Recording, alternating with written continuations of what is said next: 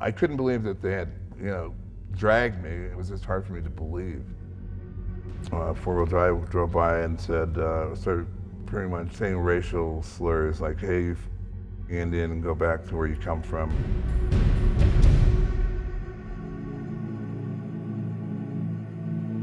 We're fighting, and I finally, then at that moment, my arm got trapped. And the next thing I know, the car's in reverse with me dragging, and I'm trying to get loose, and then I see the truck swerving towards the pole, and I'm pushing away, trying to fight away to get away from the pole, starting to accelerate, probably going 30, 40, 50 miles an hour.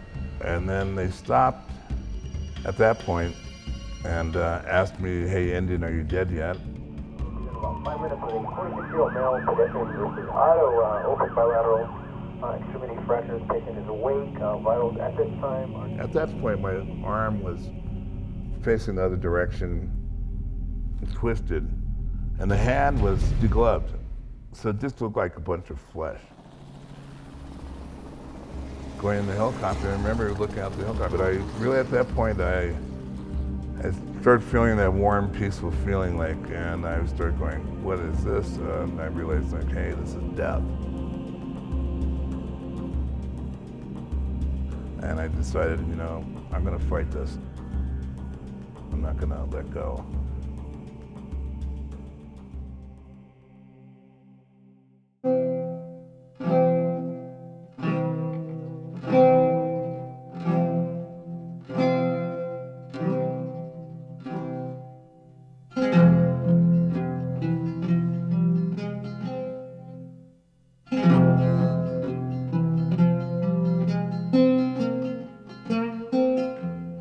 I'm a sculptor. I carve stone. I've never really done anything else except be an artist. That's all I've ever done. I worked with my hands. I was really curious because I had never seen my hand yet, and this is about a week, probably a week after, maybe a little longer after the incident. I had never really seen my hand. And he came up and just matter-of-factly just unwrapped my hand, and then I just freaked out because I had no idea of what to expect. And my hand basically looked like it was degloved, which meant that the skin was pulled over the hand. So the hand was swelled and pulled, and then all you could see was this fingers like sticking out, like it looked like pulled chicken or something. It was like fingers sticking out of this ball of flesh. They had talked to me about amputation, and I thought, take it off, because I was like, if that's what it's going to be like, But I was really hurt.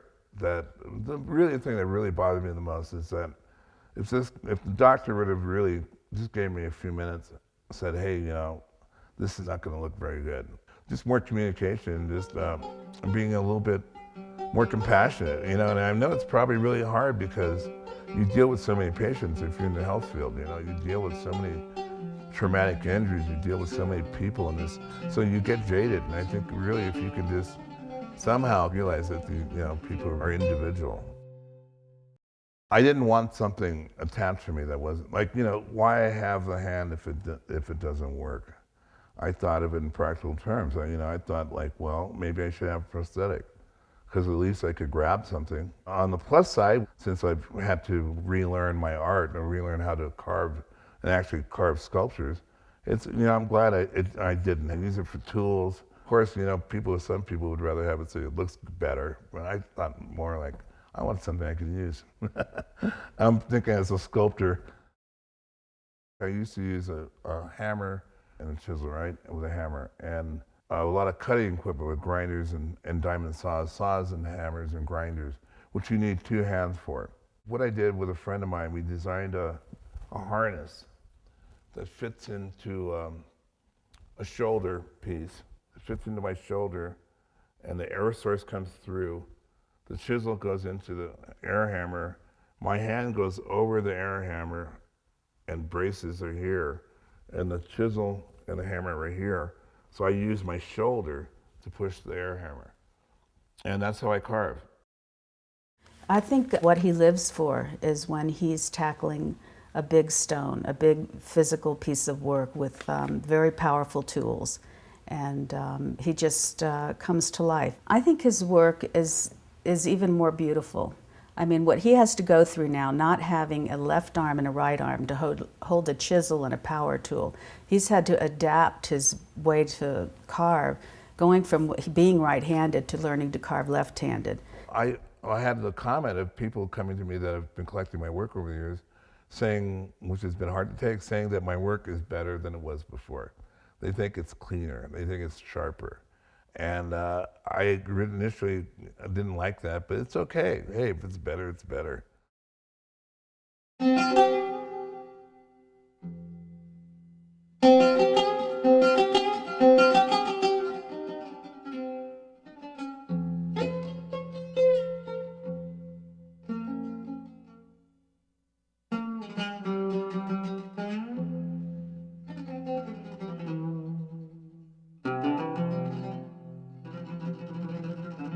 I was totally depressed for a long time, and getting used to your body when it's been maimed and scarred a lot is really hard to deal with.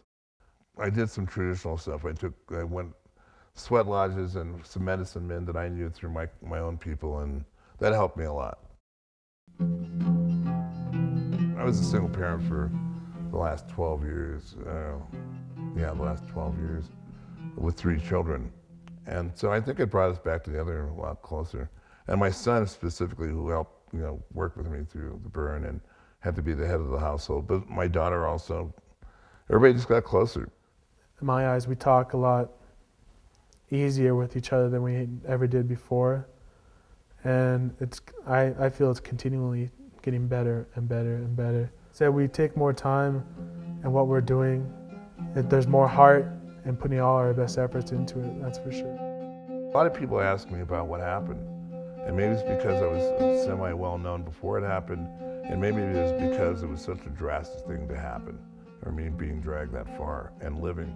I just think that if anything I've said that could help anybody that's going through any kind of trauma or has been through it, it's worth it. And I mean, I'd like to let people know that you can survive this and you can make it, you can keep going. This is the first time you're going to see something that's going to affect you the rest of your life. And once you see it, you wonder, wow, this is me for the rest of my life. This is how it's going to affect me.